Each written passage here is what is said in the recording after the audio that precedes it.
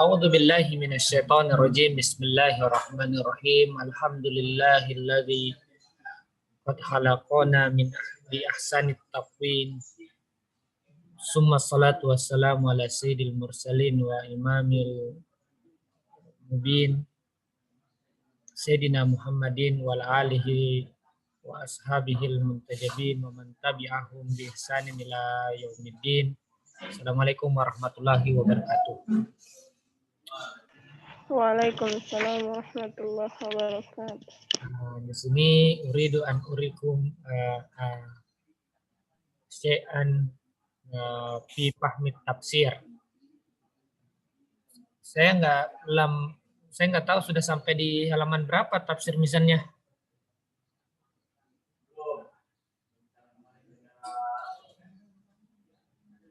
Nggak ada teks kesatuannya.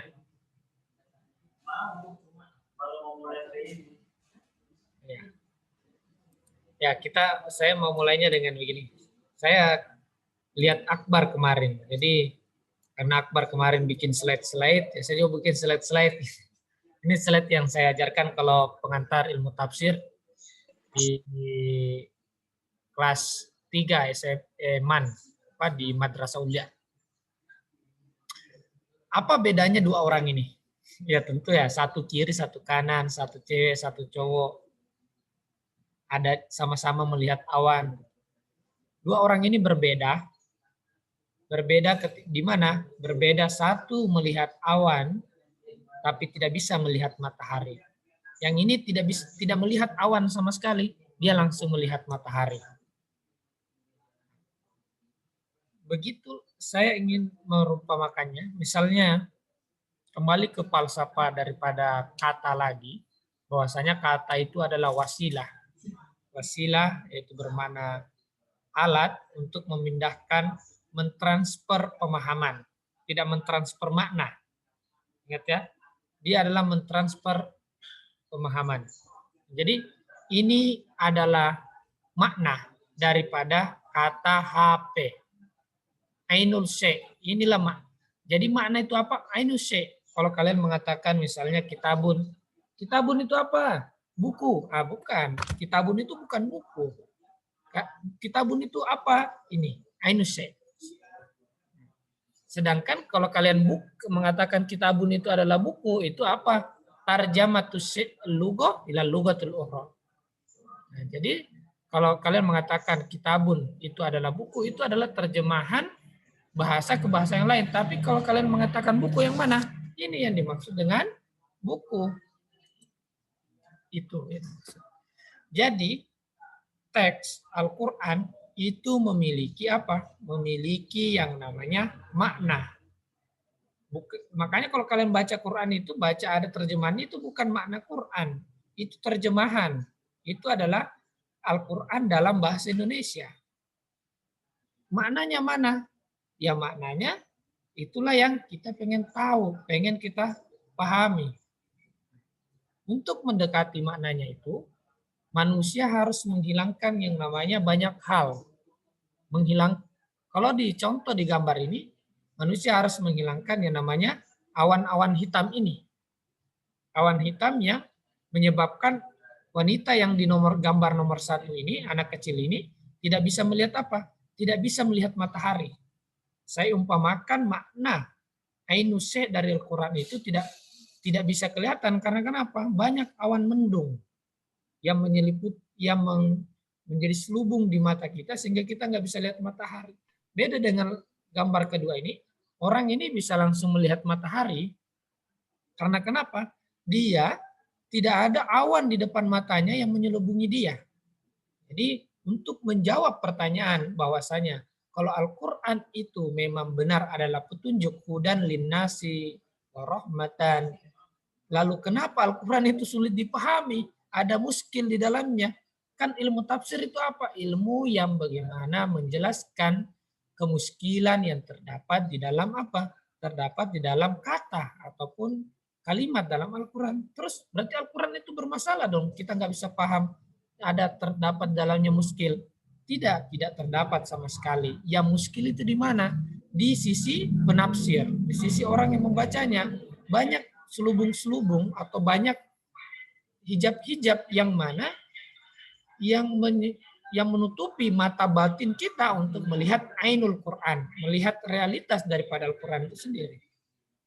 Nah, seperti gambar yang pada nomor 1 ini, banyak sekali awan mendung yang menghalangi matanya untuk melihat Quran. Sedangkan orang kedua ini, sopin, langit cerah, tidak terdapat awan yang menghalangi matanya untuk melihat.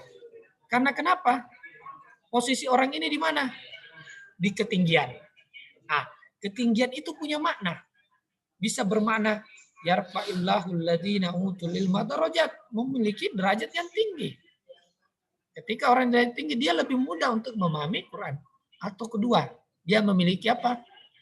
Ketakwaan yang tinggi. Seperti dikatakan, innama akramakum indallahi atqakum. Jadi ketika orang melihat posisi di bawah, di dataran rendah, maka sulit baginya untuk melihat matahari dengan jelas. Beda dengan gambar kedua ini. Dia berada di ketinggian di atas awan, sehingga apa? Dia mudah melihat Al-Quran dengan sangat, melihat matahari dengan sangat jelas. Nah, kita membutuhkan apa? Ketakwaan. Itu digambarkan dengan langit yang cerah ini, yaitu hati yang bersih.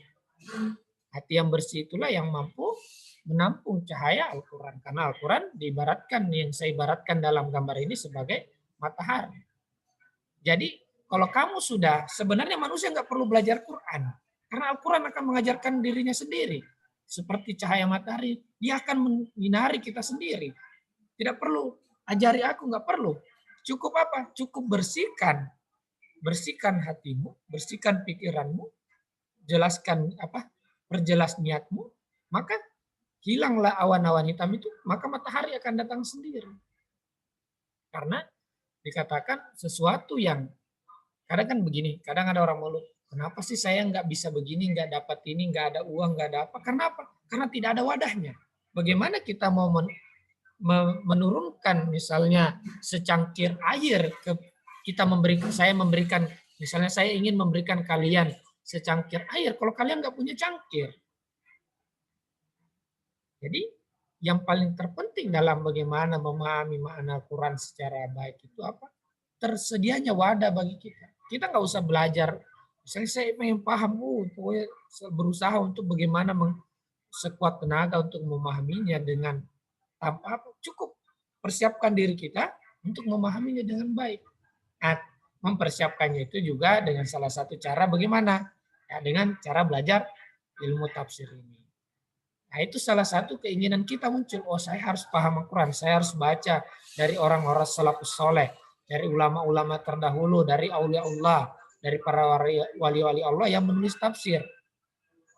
Nah, kita dengar, kita baca tafsir-tafsir itu sebagai salah satu jalan untuk kita untuk tinggi ke posisi kita agar kita bisa melihat matahari dengan jelas. Seperti itu ya. Itu pentingnya pentingnya membersihkan jiwa untuk bagaimana memahami Al-Quran dengan baik. Ini perumpamaan. Nah, ada lagi yang saya mau sampaikan. Jadi kalau ini penting saya mau sampaikan karena kadang kita sering salah arah, salah memahami sesuatu karena ketidakjelasan daripada struktur bagaimana memahami sesuatu.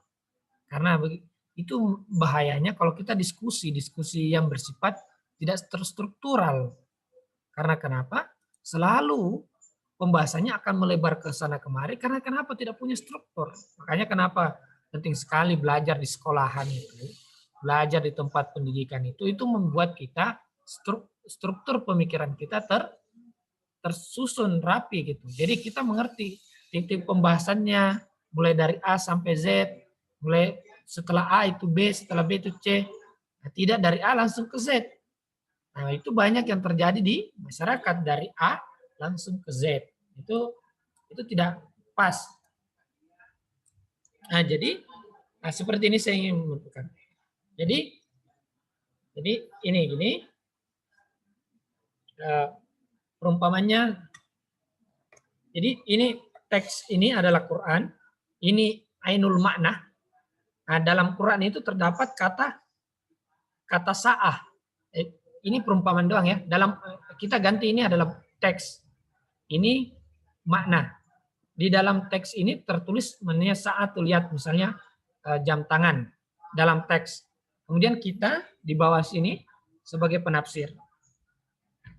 Kita berusaha memahami, karena kita nggak bisa punya akses langsung ke sini, ke ainus, ke realitas sesuatu, kita nggak bisa punya akses. Berarti kita harus melalui teks dulu.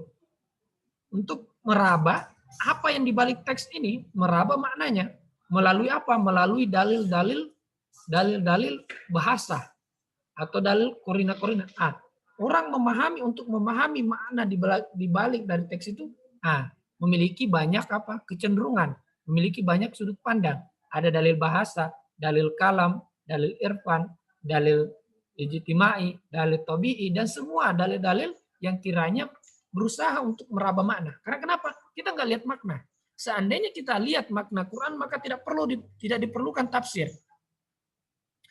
Sebagaimana saya jelaskan pada pertemuan sebelumnya bahwa diperlukannya tafsir itu karena kenapa? Karena yang namanya apa? Yang namanya pentingnya karena orang tidak paham, tidak merasakan. Tidak merasakan apa itu yang misalnya bismillahirrahmanirrahim. Kita tidak merasakan bismillah itu apa. Maka kita butuh orang menjelaskan bismillah. Kalau sudah menjelaskan belum tentu kita mungkin paham, tapi belum tentu bisa merasakan. Maka kalau dalam Sufiyah yang terpenting itu bukan memahaminya, tapi merasakannya. Karena kenapa? Ketika kalian sudah memahami ainus, realitas daripada Quran itu sendiri, maka tidak penting penjelasan. Kalau kalian sudah makan durian musang, kijang musang yang di Malaysia itu sangat manis itu, yang harganya hampir sejutaan itu, kalian tidak perlu lagi menjelaskannya karena udah merasakannya. Tapi karena kita tidak bisa sampai ke situ dan kita bisa sampai di situ, tapi sementara berusaha dari situ, maka kita melakukan langkah-langkah kecil ya, dengan belajar, dengan tazkiyatun nafs, dengan fokus. Kenapa belajar adalah sarana yang paling terpenting pada zaman ini? Karena cuma ini yang membuat pikiran kita nggak kemana-mana. Dan sarana yang paling penting membuat pikiran kita tidak kemana-mana adalah mengajar. Karena ketika Anda mengajar, Anda tidak boleh memikirkan selain bagaimana mengajar. Makanya kalau Anda punya posisi mengajar, itu adalah posisi yang paling bagus. Karena apa? Pikiran kita menjadi fokus. Orang kan jarang pikirannya fokus. Coba aja lihat. Ketika sudah ngetik satu di media sosial, dia akan mencari yang lain, mencari. Jadi pikirannya tidak tenang. Makanya kenapa penting sekali mengajar ini, karena akan membuat pikiran kita semakin fokus. Maka beruntunglah orang yang mengajar di Hauza, karena pikirannya lumayan tenang, maksudnya terarahkan. Nah, jadi para Sufiyah, jadi dari firqah Sufiyah, jadi mereka itu langsung ke sini dulu, mengalami makna, setelah itu berusaha memahami teks, berusaha menerapkan apa yang dia lihat ke teks. Makanya kan kalau kalian lihat tafsir Sufi itu kan agak membingungkan, karena kenapa? Mereka melihat dulu mengakses alam malakut misalnya untuk memahami teks. Misalnya kan kalau kalian lihat tafsirnya mereka itu tanazzalul malaikatu warruhu, itu mereka punya tafsir yang berbeda. Karena kenapa? Mereka berangkat daripada penyaksian batin, dari melihat realitas. Tapi dalam tanda kutip, kalau kita dalam kerangka ilmiah, itu semua tidak bisa kita benarkan. Bagaimana cara membenarkannya? Lihat sendiri. Apakah benar seperti itu? Gitu. Saya kira itu pengantar kita sebelum masuk ke tafsir Al-Mizan. Jadi dari tafsir Al-Mizan itu sebenarnya 2 jilid. Yang sebelumnya tafsir itu sebenarnya 2 jilid. Sebelumnya itu ada banyak sebenarnya ditulis di tafsir itu ditulis di Irak oleh Allamah Tabatabai. Cuman nanti tafsir itu ditulis ulang kembali di Iran, di Tausik. ditawassu, dia dilebarkan apanya, diperluas apa? Diperluas pembahasannya. Karena pada zaman itu di Iran itu pembahasannya sudah ada filsafat. Pada zaman di Iran itu ada filsafat, sedangkan di Najaf al-Ashraf itu tidak ada filsafat pembahasannya. Jadi apa? Jadi ketika tafsir Mizan itu masih ditulis di Irak, waktu Alamat Tabatabai di Irak, pembahasannya masih sedikit, pembahasan yang sederhana. Tapi ketika pindah ke Iran, karena masyarakat Iran dan kalangan intelektual Iran itu sudah mengenal namanya filsafat, mengenal ilmu sosial, ada pergolakan dengan pemerintahan, kerajaan pada zaman itu, dan adanya ideologi-ideologi komunisme, dan adanya ideologi-ideologi tentang sosialisme, menyebabkan Alamat Tabatabai bagaimana memberi, ketika pada saat itu dia lagi menjelaskan tafsir juga, sehingga apa? Pada saat itu dia sekaligus, udahlah sekaligus saya bahas juga sekalian. Makanya kan kita dapati dalam pembahasan tafsirnya Alamat Tabatabai itu ada bahsul ijtimai, ada bahsul riwai, ada bahsul qurani, ada bahsul falsafi. Jadi ada jihad-jihad atau sisi-sisi yang mana sebagai tambahan itu terjadi ketika beliau ada di Iran waktu itu. Jadi tafsir Mizan itu ditulisnya di Iran, walaupun aslinya ada 2 jilid ditulisnya di Najaf waktu itu, sementara Alamat Tabatabai belajar di sana. Nah, itu sedikit tentang tafsir Al-Mizan. Jadi ditulisnya juga belakang. Coba lihat, perhatikan tafsir Al-Mizan baik-baik. Awal lihat, kalau makin ke belakang itu makin sedikit tafsirnya. Makin ke belakang ayatnya makin ke belakang surahnya itu makin sedikit dibahas. Makin pendek-pendek tafsirannya. Itu entah karena kenapa, apa pengaruh apa gitu. Tapi awal-awal pembahasannya panjang banget. Itu ciri khas daripada pengetahuan nadori. Pengetahuan nadori semua pembahasan itu ditumpahkan di awal, dibahas.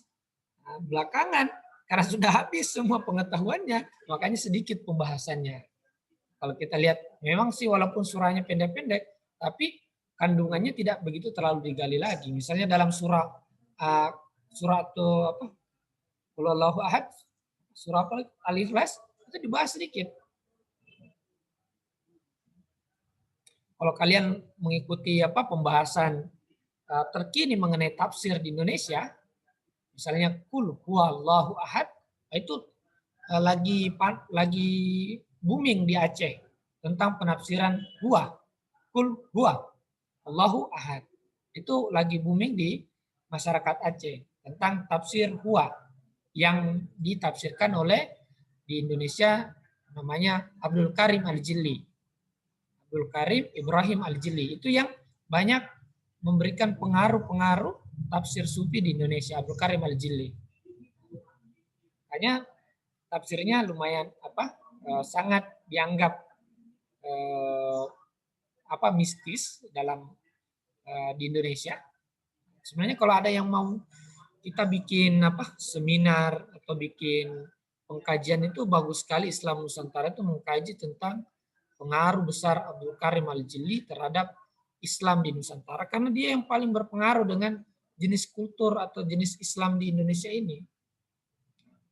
Teman-teman, ya, sebagai pengkaji baca-baca tafsir karya dari Abdul Karim Al-Jilli gitu.